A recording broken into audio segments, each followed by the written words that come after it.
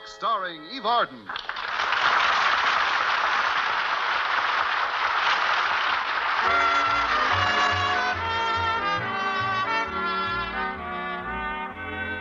Well, most rivalries between school teachers are restricted to working hours, but the one between Armis Brooks of Madison High School and Daisy Enright extends into their personal lives. In fact, to see these two English teachers engaged in one of their frequent verbal tiffs, a casual observer might think that either one would cheerfully cut the other's throat for a nickel. But this isn't so. No, indeed. I'd give 4 cents change. And after what happened this past week, I might not even take the penny. It all started last Friday morning. I was in my room packing a suitcase for a little weekend trip, and my landlady was helping me. Mrs. Davis, Mr. Boynton's going to Eagle Springs for the weekend, so I thought it was only logical for me to go to the same place. Does he know you're going? Nobody knows. Why not? Security reasons. I want to spend these few days with Mr. Boynton alone, and if Daisy Enright finds out our destination, that little dream is done for. You mean she'd go up to Eagle Springs, too? On her jet broom. She's giving me some real competition lately. She has a certain way with men that just seems to make them do whatever she wants them to. Why, even Mr. Conklin's partial to her. That's nothing new. I've known for a long time that she's the principal's pet. Well, I wish he'd keep her on a leash. The minute there's a chance to make a bit of extra money around school, she's the first one to get a crack at it. He even put her in charge of the new switchboard we had installed last week. But doesn't that require an experienced telephone operator? They're pretty difficult to get right now, so she's filling in temporarily. She takes the board herself during her free period and appoints various other teachers to take over the rest of the time. What burns me up is the way she got the job, by telling Mr. Conklin she worked for the phone company when she was a girl. What a fish story that is. Oh, there's Walter Denton to drive me to school. Be right there, Walter. Before you go, Connie, tell me, why do you think it's a fish story? Because when she was a girl, the telephone hadn't been invented.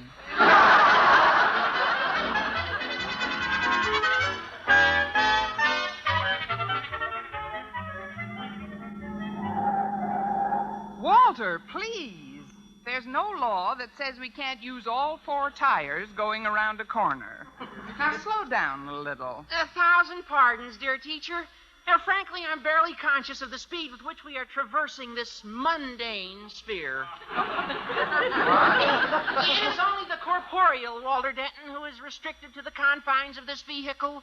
The spiritual me is floating in the heavenly blue on silver wings. Well, bail out, Cherub. I'm not ready for harp lessons. What's the reason for this pedestrian-destroying ecstasy? It's Harriet Conklin, Miss Brooks. She's been treating me like an angel lately. Last night when her folks were out visiting, she even cooked dinner for me. Gosh, it was romantic. What did you have? Liver and onions. Truly the food of love. To be honest, I was so grateful I barely felt the heartburn. But all isn't beer and Skittles. As much as Harriet adores me, that's how much her father hates the sight of me. Oh, don't tell me you're having trouble with Mr. Conklin again. Oh, no more than usual. Now, I wrote an editorial in the Monitor a couple of days ago that Mr. Conklin didn't agree with. You see, in it, I said I was opposed to hiring a permanent substitute for one of our German teachers. Which one? Wolfgang Himmelstoss. He's the nice old fellow who's been sick for the past week. Oh, I wouldn't know. Wolfgang isn't one of my intimates at school. Well, the other teachers have been sharing his duties so far, but I heard that Mr. Conklin's looking for a younger teacher to take over his class. Now, that means when Mr. Himmelstoss gets better, he won't have a job. Well, it's nice of you to be so loyal to an old teacher, Walter. Oh, I'd feel the same way about you, Miss Brooks, and I'd go to bat for you, too. That's why you've got to go to bat for Mr. Himmelstoss. Me? Certainly. Now, how would you like it if you were a worn-out, old, lonely, broken-down bachelor? I'm getting used to it. I mean, how can I help Mr. Himmelstoss? Well, by mentioning to Mr. Conklin that you don't think he should replace him. Will you, Miss Brooks? Will you do that for me and for all the kids who've grown so fond of Mr. Himmelstas? Will you, Miss Brooks, huh? Will you, huh? Well... Boy, that's a relief. Well,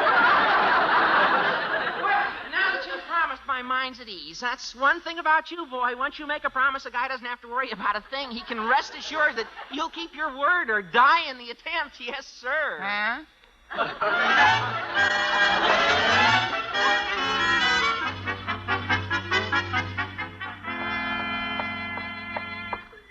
Good morning, Harriet. Oh, good morning, Miss Brooks. I have a message for you. I know. Your father wants to see me in his office immediately.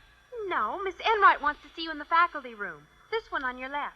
Well, if it isn't the mumps, it's the measles. Well, I might as well find out what's on her frightening little mind. I'll see you in class, Harriet. Bye-bye, Miss Brooks. Toodle. Miss Enright? Oh, come in, darling. My, you're looking lovely this morning. I'm mad about that dress you're wearing. It does so much to bring out your natural lines. Really? Yes. Especially the ones around your eyes. Well, but then there's no time for chit-chat. Miss Brooks, we've got to sit down and have a real heart-to-heart talk. All right. Borrow a heart and let's get started. I'll ignore that remark because there's too much at stake to bicker. Now, we're both aware of the fact that we're interested in the same man. And each one of us has been keeping extremely close tabs on him. For instance, I heard that he's going to spend the weekend at Eagle Springs. Eagle Springs? Mm-hmm. Well, now, who could have started such a ridiculous rumor? Mr. Boynton told me himself. He's the logical one to start it all. I also have a hunch that we were both going to surprise him by showing up at the same place. Why, Miss Enright, wherever did you get such a fantastic notion? I've got my train ticket in a bag in my locker. Where are yours? I'm picking them up after school. Well, suppose we did have the same idea. Oh, don't you see, Miss Brooks, with such an elusive query, we've got to be more cagey. I'm sure that Mr. Boynton sees some good points in both of us, but the way we've been going about things, we're only hurting each other's chances. Miss Enright, you may have something there. Yes. What do you suggest? That one of us step out of the picture completely for a specified amount of time and leave the other a clear field. How much time, for instance? Well, how about a couple of months? Fine. See you in January, Miss Enright. Not so fast. We'll decide who's going to remove herself first in a sportsmanlike manner. Say by dealing a hand of cards. A hand of cards? Yes. You know, some of us play bridge during lunch hour, and I just happen to have a deck in my handbag. Do you have the nerve to go through with it? Nerve? Sit down and deal, Miss Enright. What kind of a game shall we play? Well, do you know poker? I've heard of it. Fine. Then I'll deal one hand of draw poker, and the loser agrees to stay away from Mr. Boynton for a period of 2 months, commencing at once, right? Right. Fine. All right. Here we are. Now, you care to cut the deck? Run 'em. 1, 2, 3, 4, 5. There. Now, how many cards do you want, Miss Brooks? Let's see. I'll take 4. How about you? I'll play these. What have you got, Miss Brooks? A pair of 10s. Oh, no good. I've got 4 aces. 4 aces? Well, that's that. Oh, I'm glad you're taking it like a good sport, Miss Brooks. May I walk to your class with you? Sure, if you don't mind climbing 4 flights. 4 flights, but your classroom's on the first floor. I know, but who ever heard of jumping from a first-floor window?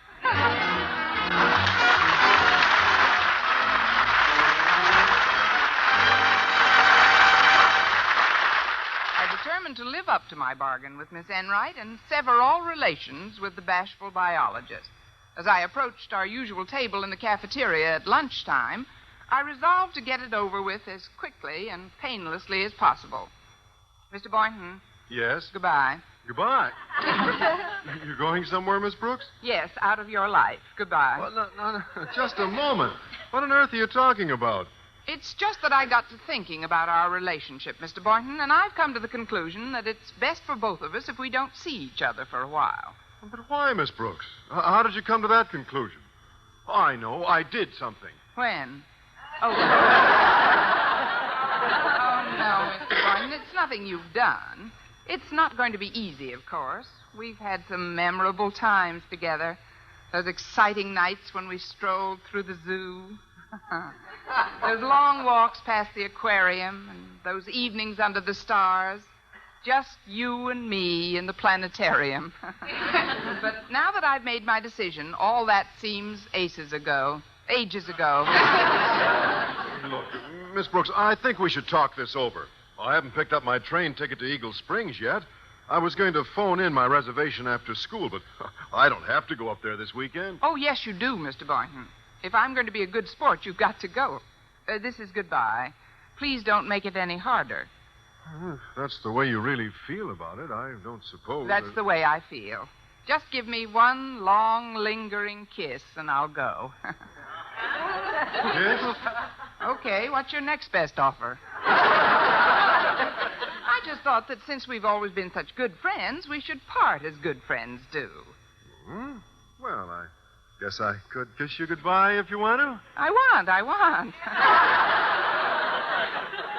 Well, I'm all puckered, Mr. Boynton. Oh, eyes closed and puckered. Cooling soup, Miss Brooks?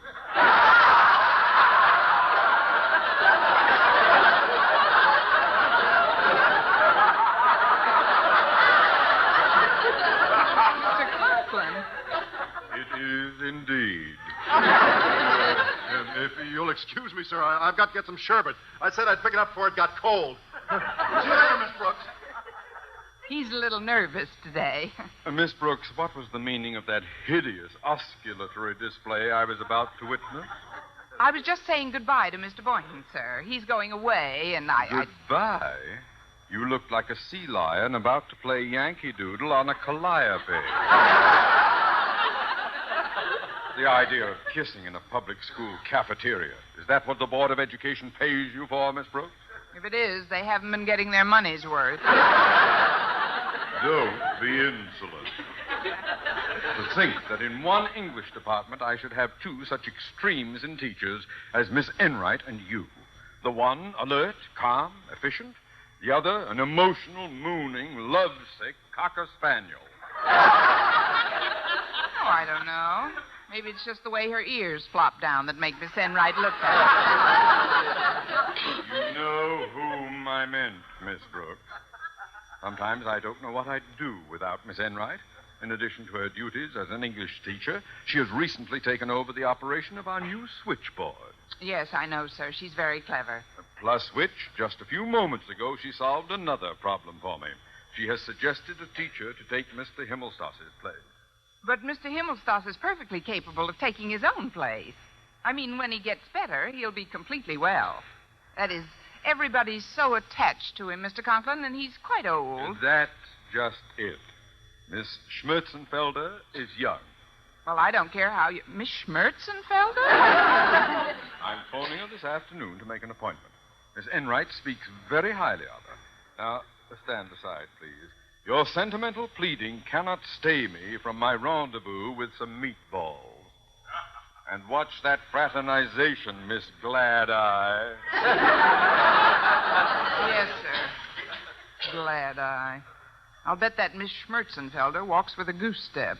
It's just not fair that Do you mind if I join you, Miss Brooks? I've been talking to myself, too, lately. Sit down, Walter. What's your trouble? Old Marblehead, Mr. Conklin's had me on cleanup detail during my free period. You know, it's usually pretty dull work, but I just found something quite interesting in a trash basket in the faculty room. What is it? Well, this deck of cards. See? Well, those are the cards Miss Enright and I used this morning. What? You played her with these? Oh, but this is a trick deck, Miss Brooks. She could clobber you with these. She did clobber me. What do you mean by trick deck? It's stacked. Did she beat you for much, Miss Brooks? Just about 2 months of my life. But, Walter, I think I've got an idea. Excuse me, please. Where are you going, Miss Brooks? I'm going to see a floppy-eared spaniel about a man.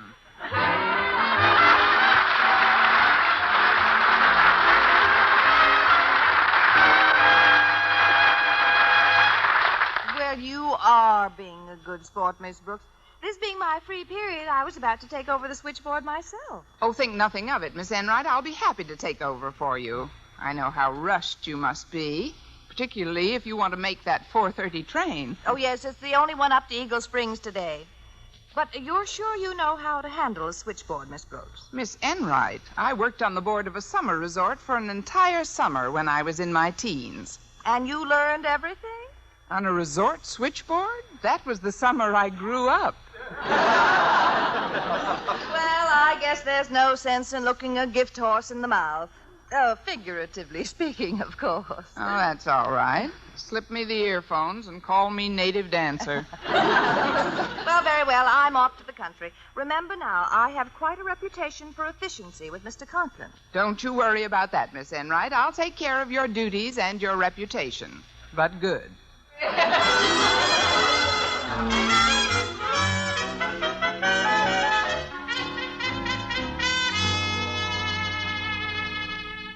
This switchboard is a pretty complicated gadget. Thank goodness there haven't been any calls. Uh-oh. There goes one of the lights now. Oh, it's pretty. I guess I plugged this cord in under it. Madison High School? Would you connect me with Harriet Conklin, please? She's in the home economics class. I'd love to, Walter. Miss Brooks, what are you doing there? Isn't Miss Enright at the switchboard? Not unless she sneaked in under me. Now, you wanted the home economics class. I wonder which hole I plug in for that. Don't you know? Well, they all look alike to me. Oh, there's another call. Hold it, Walter. I'll have to get back to you. Madison High School? Hello. Would you connect me with Miss Brooks, please? Oh, hello, Mrs. Davis. This is Miss Brooks. My, I got through to you fast. Whoever's on that switchboard must really know her business. I'm on the switchboard. What can I do for you? I just wanted to know whether or not I should... Oh, excuse me a minute, Mrs. Davis. There's another call coming in. Hang on. Good afternoon, Madison High School. Oh, good afternoon. Would you put me through to the railroad station, please? This is Mr. Boynton. The railroad station, Mr. Boynton? Yes. Is this Miss Brooks? That's right. Wasn't Miss Enright there? Maybe I'd better stand up and look. No, sir. I'm in charge of the board now. I'll connect you with the station in one moment, as soon as I can disguise my voice. Hello? Hello? Is this the railroad station? It sure is, Doc. What can I do for you? I'd like to reserve a ticket to Eagle Springs today. Eagle Springs? Aren't any trains running to Eagle Springs today. It's snowed in. Goodbye. Now to get back to Mrs. Davis. Hello, Mrs. Davis? No, this is Walter. Could I speak to Harriet, please? Any day now, Walter. Hold it. Hello, Mrs. Davis? Yes, dear. What I wanted to ask you... Oh, just a moment, Mrs. Davis. There goes another light. Hello? Oh, hello, Miss Brooks. This is Mr. Boynton. I didn't get that railroad ticket yet. Some nitwit at the station said Eagle Springs was snowed in. Oh, would you try the Weather Bureau for me? Oh, all right, Mr. Boynton, but you'll have to wait a moment. Hello? Would you connect me with Walter Denton in shop class, please? This is Harriet Conklin. Oh, hello, Harriet. This is Miss Brooks. Walter's been trying to get you. Where is he? Well, he's somewhere on this board. I'll try to plug you in. Zowie, 5 lights in a row. This board's beginning to look like a pinball machine. Hello? Hello. Osgood Conklin speaking. Tilt.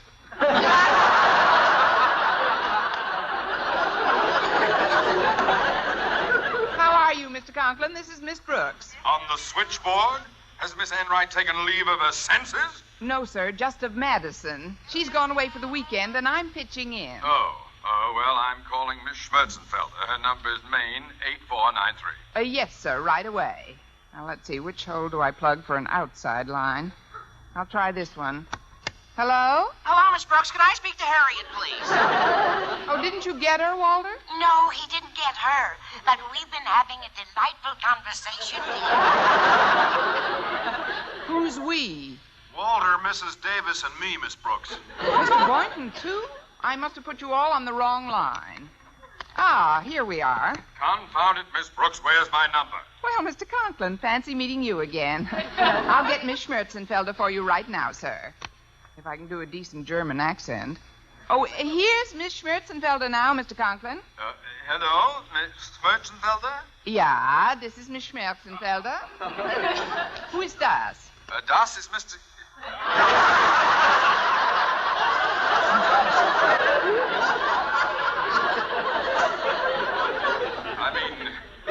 This is Mr. Conklin, principal of Madison High School. Ach, Herr Conklin. Ja. Yeah. Well, I'm calling about that teaching position that's open in Madison's German department. Miss Enright recommended you in the highest possible terms. Oh, danke schön. Ja, I'm the best German teacher in the whole entire ganze Welt. That's the whole world to you. Daisy and I taught together in 2 or 3 high schools, you know. 2 or 3 high schools? Yeah, the first principal was crazy about the way I taught. That wasn't the reason I was fired. Fired?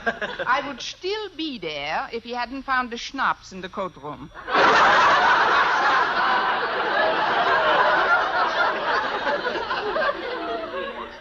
You mean you'd been drinking? Just a bissel between classes. But I give that all up, Mr. Conklin. Oh, but what about your last position? Oh, I wasn't canned on account of my teaching. Then why did the principal let you go? The silliest reason. Oh, the silliest reason. How was I to know he didn't like crap games in the elevator? Oh, this is incredible. Miss Enright spoke of you so highly. Yeah, it's too bad she couldn't say the same about you. What? What a temper she said you got. She said, du bist verrückt. That's nuts to you. Miss Enright said that? Why, there isn't a word of truth in it. I'm essentially a very mild-mannered man. Anyone who knows me could vouch for that. Of course they could, Osgood. What's that? Is there someone else on this line? Oh, I'm sorry, Mr. Conklin. I must have put Mrs. Davis on by mistake. Oh, Gad, of all the stupid, idiotic teachers who... Was ist das? Not you, Miss Schmerzenfelder, no. Miss Enright was right. Du bist verrückt. Auf Wiedersehen, Mr. Conklin. No, Miss Schmerzenfelder. I'm talking about the other teacher on this line. Well, I hardly think that's any way to talk about me, Mr. Conklin. Boys, what are you doing on this line? He's waiting to speak to Harriet. Oh, no, that was Mrs. Davis. What? Could I speak to Harriet, please, Miss Brooks? I knew there was someone waiting to speak to her. Here I am, Walter, dear. What do you know? They finally got together. Miss Brooks, I don't know who is more to blame for this fiasco, you or Miss Enright. I'll deal with her when I see her. But how do you propose to straighten out the tangle you've gotten this switchboard into? Don't worry, Mr. Conklin. I've got one more line that's still free, and I know just what I'm going to do with it. What? Hang myself. What else?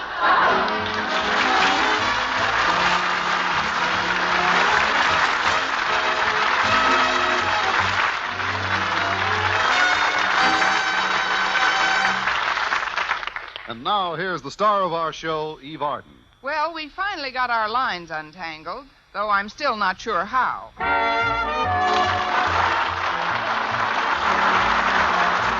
Miss Brooks, starring Eve Arden, transcribed, was produced and directed by Larry Burns, written by Arthur Olsberg and Al Lewis, with the music of Lud Gluskin. Mr. Conklin was played by Gail Gordon. Others in tonight's cast were Jane Morgan, Dick Crenna, Bob Rockwell, Gloria McMillan, and Mary Jane Croft.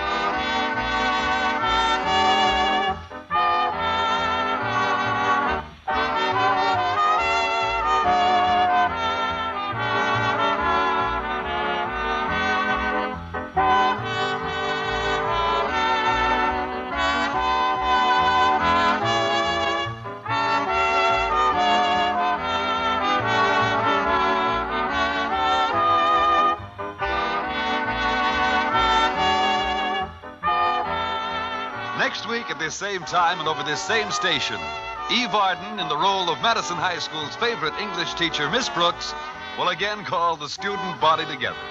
Don't you be absent. Our Miss Brooks is presented each week through the worldwide facilities of the United States Armed Forces Radio and Television Service.